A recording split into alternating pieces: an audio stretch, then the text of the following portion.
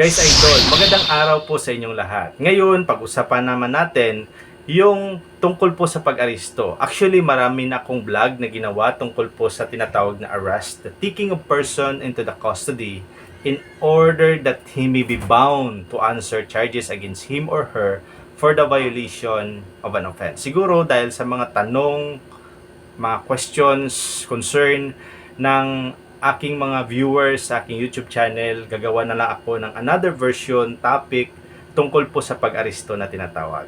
Ito po yung tandaan natin palagi. As far as arrest is concerned, kailangan mayroon pong hard copy, warrant of arrest issued by the court, by the judge, commanding any peace officer sa mga police, or other law enforcement agency, pwedeng NBI din, to arrest the person, no, and bring him to the proper court. Yan po yung legal na masasabi nating valid yung pag-aristo. That is a general rule. Okay? But there are some instances, circumstances outlined under revised penal code and revised rule of criminal procedure na nagsasabi na pwede pong arestuhin yung tao even without the issuance of warrant of arrest. Napag-aralan na natin yan sa aking mga vlog content. Ulitin po natin, in flagrante delicto. Ibig sabihin nito, quote in the act, nakita mismo ng pulis that the arrested person is actually committing, attempting to commit, or committed an offense. Okay? That is in flagrante delicto. In the presence of the police officer, mayroong nangyaring krimen. So, hinuli niya, even without issuance of warrant of arrest, pwede niyang hulihin. Okay? Number 2 po is hot pursuit. Pag sinabi nating hot pursuit, guys, idol, yung police hindi nakita yung actual na pag-commit ng crime. But the police has a personal knowledge of facts and circumstances that the arrested person has just been committed an offense bago lang nangyari yung krimen. Pangatlo, guys, idol, is yung mga escape prisoner, yung mga person deprived of liberty who are at prison or serving service of sentence, evading or escape from any penal institution of our government. So, even without the issuance of warrant of arrest, pwede silang hulihin at ibalik sa bilangguan. Yan po yung mga circumstances, yung tatlong yan, ay pasok na pwedeng hulihin yung tao even without the issuance of warrant of arrest. Now, guys, idol, balik po tayo sa pag-aristo by virtue of warrant of arrest. Ibig sabihin, inaristo yung tao sa pamagitan ng warrant of arrest issued by the court. Tandaan po natin na yung warrant of arrest, mayroon ng pending case yung akusado na aarestuhin sa warrant of arrest. So in order na magsimula yung nasabing trial, kailangan arestuhin yung tao sa pamagitan ng warrant of arrest at i-present ng pulis sa court. Presentation of the body. Yan yung tinatawag na habeas corpus. Kasi hindi maaaring magsimula yung trial, yung hearing, without the presence of the accused, of the arrested person. So, para magkaroon ng tinatawag na jurisdiction between the offended party and the accused, kailangan hulihin ng pulis yung accused based po sa warrant of arrest issued by the judge. Ang tanong, mayroon bang period yung arrest by virtue of warrant? Yung sagot dyan is wala po.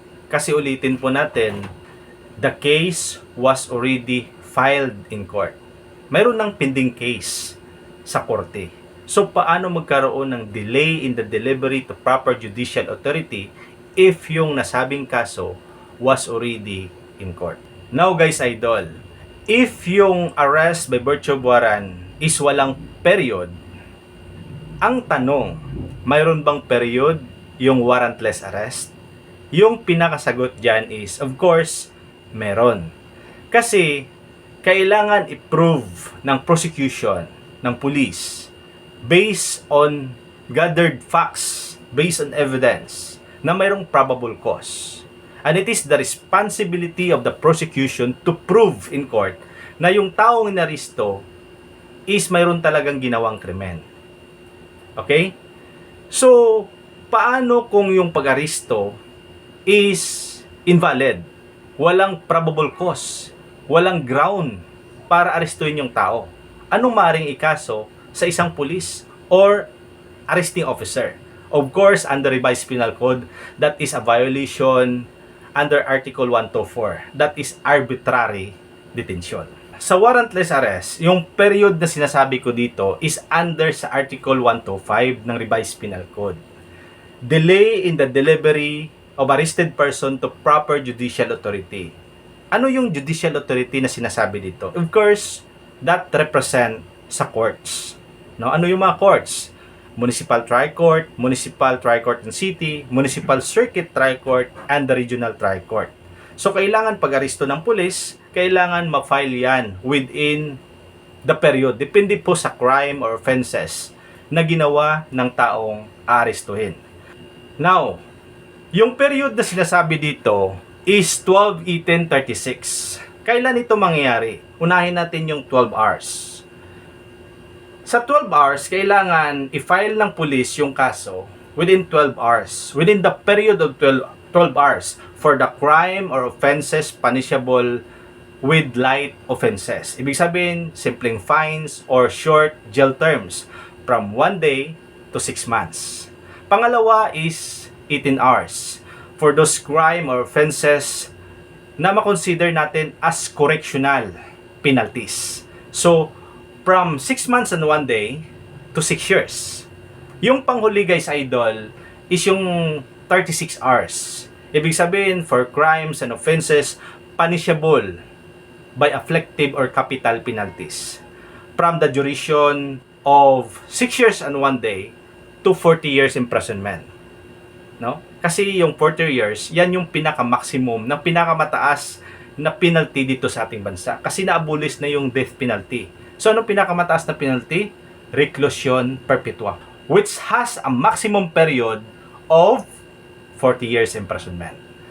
So, yan po yung tinatawag na period that is applicable only to warrantless arrest. Yung tanong, paano kung hindi ma-deliver or the police failed to deliver the arrested person to proper judicial authorities based po on the gravity of offense or crime committed?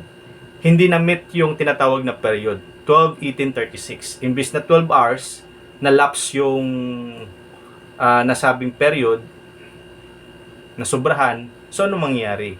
So pag hindi na-release o inirelease ng pulis yung nasabing tao, maaring makasuhan yung arresting officer or yung pulis ng Article 125 of the Revised Penal Code. Delay in the delivery of arrested person to proper judicial authority. So guys idol, maraming salamat po sa inyong panonood at sa mga nagtanong po tungkol po sa pag-aresto. Sana po ay naliwanagan po kayo. At dito lamang po nagtatapos ang aking vlog content. Maraming salamat po at kita-kits po tayo for my next vlog. Bye-bye!